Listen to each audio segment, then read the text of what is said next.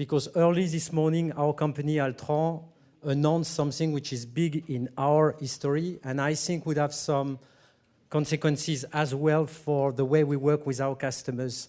So let me spend a few minutes just to tell you that this morning we announced that we would acquire a US leader in design, digital, and engineering services, namely a company called Aricent.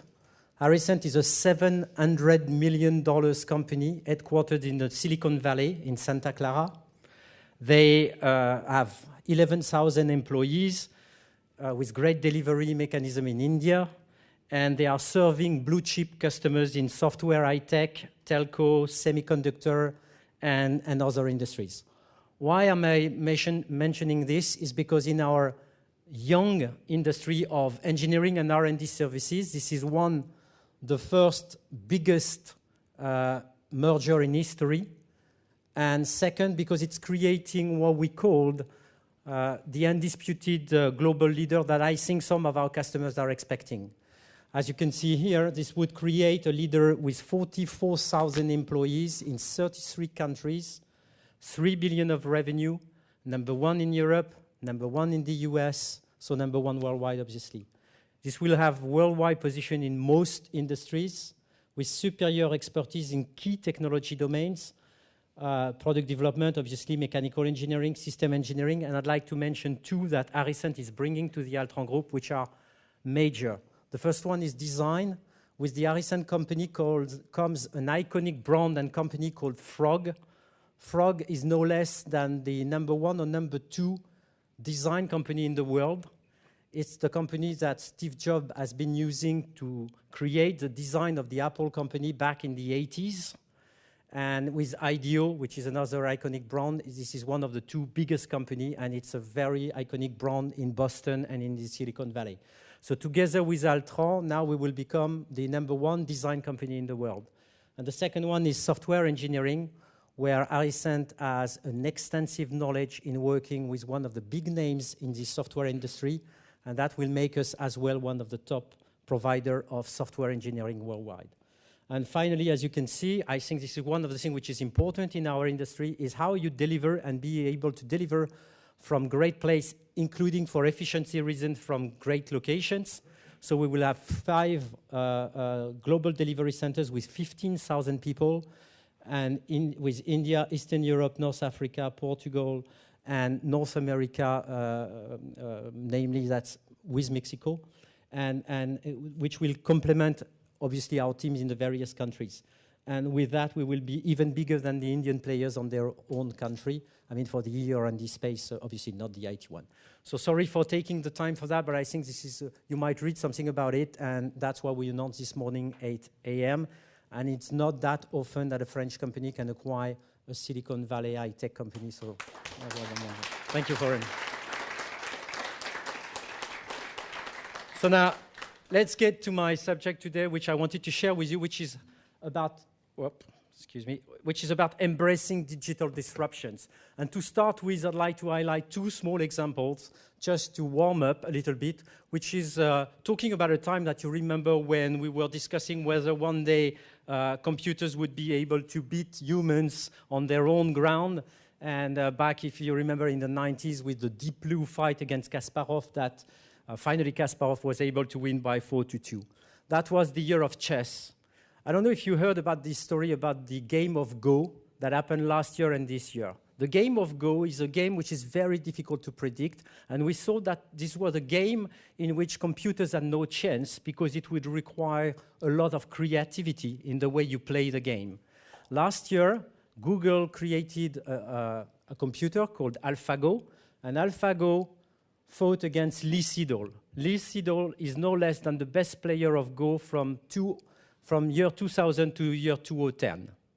And the Alphago computer beat Lee Sedol for 4-1. That's part 1. But part 1 is not that impressive. What's impressive is part 2.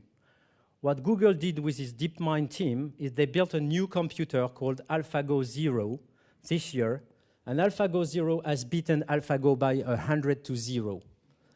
And let me tell you how much time it took to Alphago to beat Alphago Zero to beat Alphago. It's complex. Alphago Zero was plugged in on a morning with an empty algorithm and a deep learning type of structure. After 3 hours, he was able to play the game of Go as a normal player. After 72 hours, he beat AlphaGo by 100-0. That's the power of artificial intelligence as it's currently being created, power of software, and power, obviously, of computing that we use into digital. Second example I wanted to share with you is not so long ago. You remember we used to be renting videos and DVDs in stores.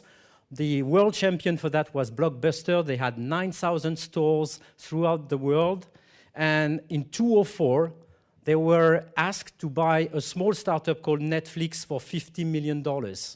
And they turned down the offer. Now, this year, as you know, 2017, Blockbuster went bankrupt, and Netflix was a 60 billion market cap company.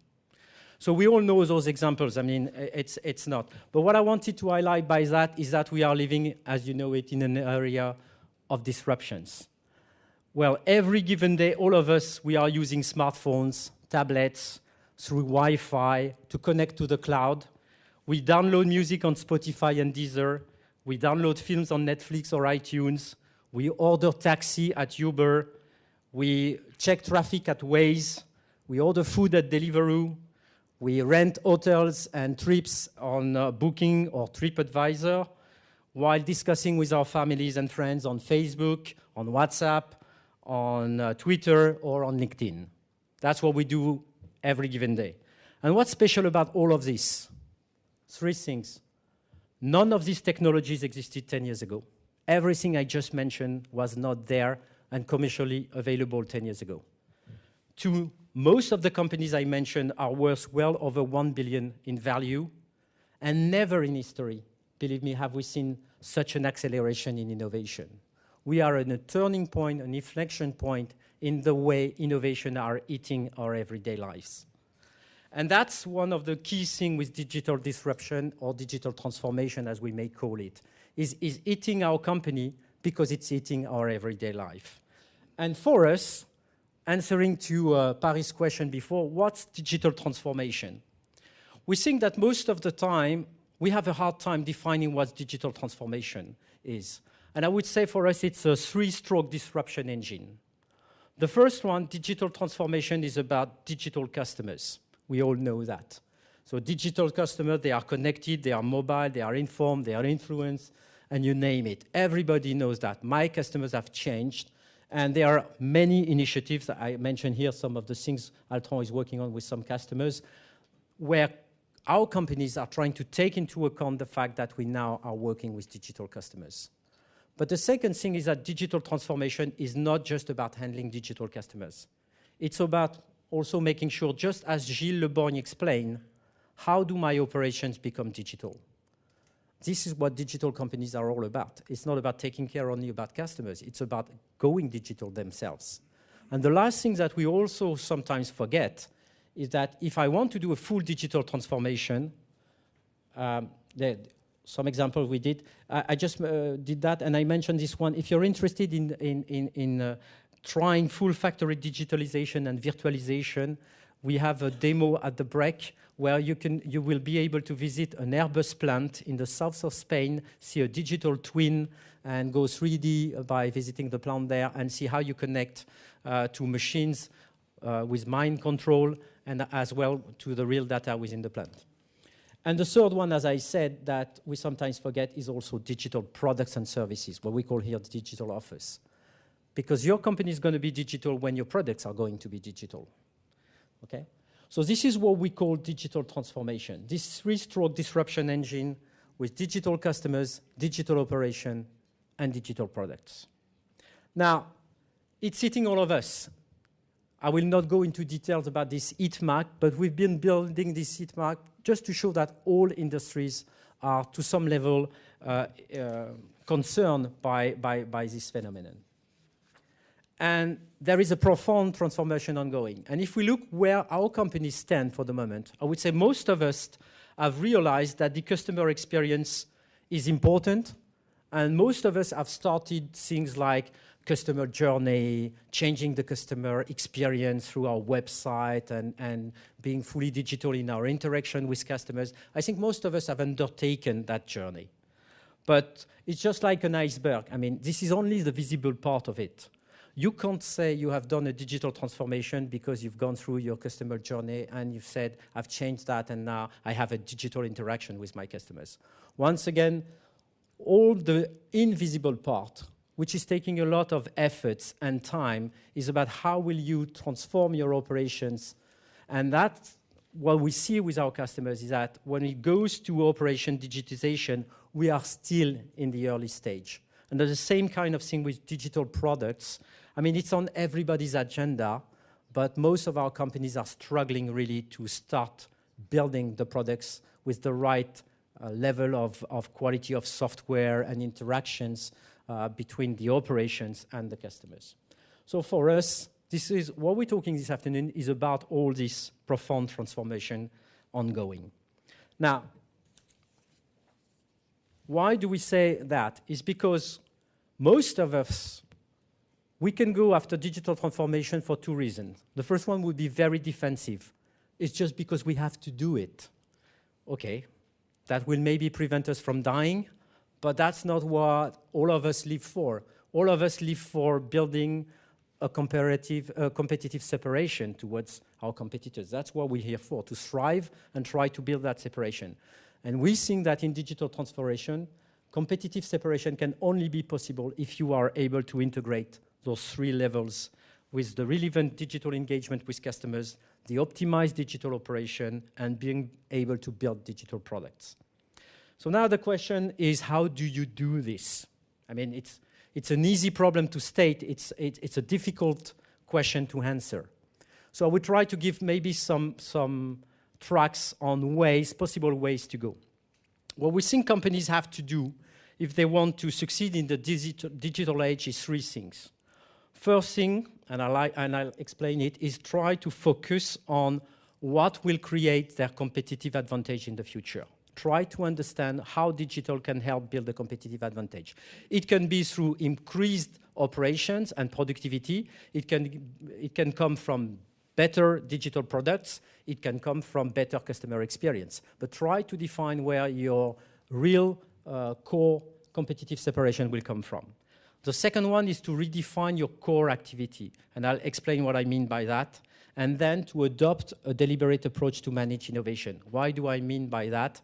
I mean that all of us have too much things to do.